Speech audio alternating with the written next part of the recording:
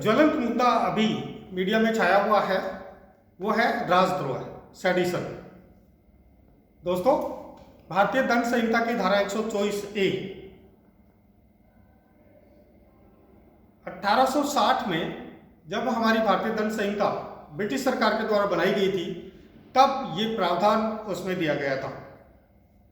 बाद में 15 अगस्त 1947 को हमारा देश स्वतंत्र हुआ, 26 जनवरी 1950 को हमारा संविधान लागू हुआ।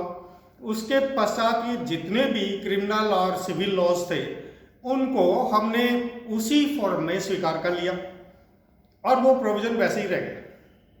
अभी हाल ही में अपेक्स कोर्ट में यानी सुप्रीम कोर्ट में अधिवक्ता अरुण ठाकुर और पी एलेंजाई ने एक याचिका दायर की है कि it is ultra vires and इसमें जो इंग्लिश सिस्टम है उसकी बू आ रही है और इसको अब आईपीसी से हटा दिया जाना चाहिए।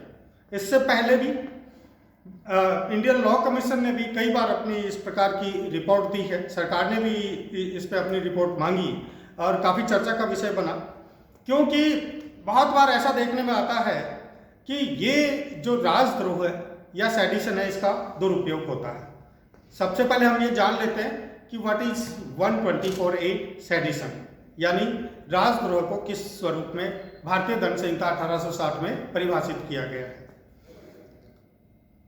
यह सेक्शन कहती है कि जो कोई भी भारत में विधि द्वारा स्थापित सरकार के विरुद्ध किसी प्रकार का असंतोष व्यक्त करता है या करने का प्रयास करता है या बोले गए शब्दों के द्वारा, लिखे गए शब्दों के द्वारा, भावों के द्वारा सरकार के प्रति कोई घृणा या अवमान पैदा करता है, ऐसा व्यक्ति राजद्रोह करता है, ये कहा जाता है। और इसके दंड के बारे में ये कहा गया है कि ऐसे व्यक्ति को जो कि राजद्रोह व्युत्पन्न करता है आजीवन कारावास, 3 वर्ष या जुर्माना या दोनों से दंडित किया जाएगा।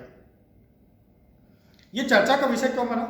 ये चर्चा का विषय इसलिए बना कि कई बार सरकारें, ऐसा कहा जाता है कि इसका दुरुपयोग किया जाता है।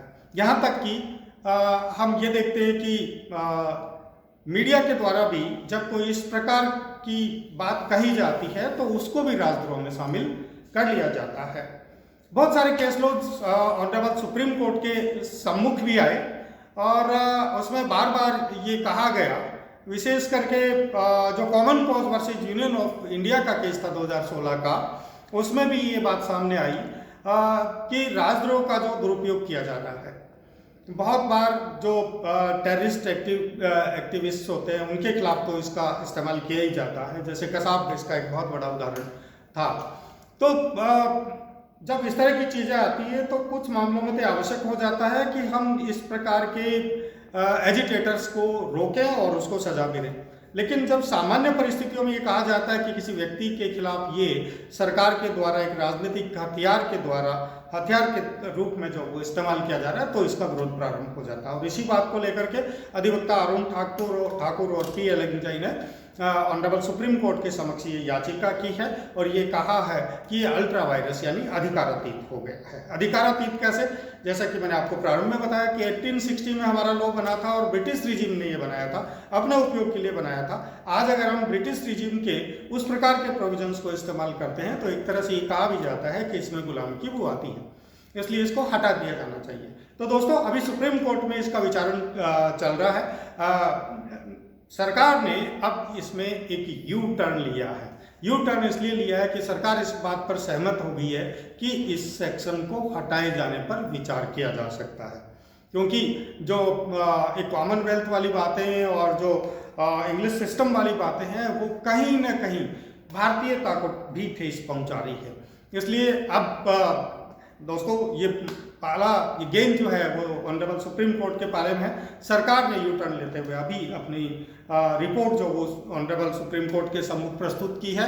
हम देखते हैं कि आने वाले समय में क्या होता है, ये धारा आईपीसी का भाग रहेगी या नहीं रहेगी। तो दोस्तों, ये था 124A राजद्रोह। कैसा लगा आपको ये वीडियो? इनबॉक्स में जरूर बताइएगा। Thank you so much.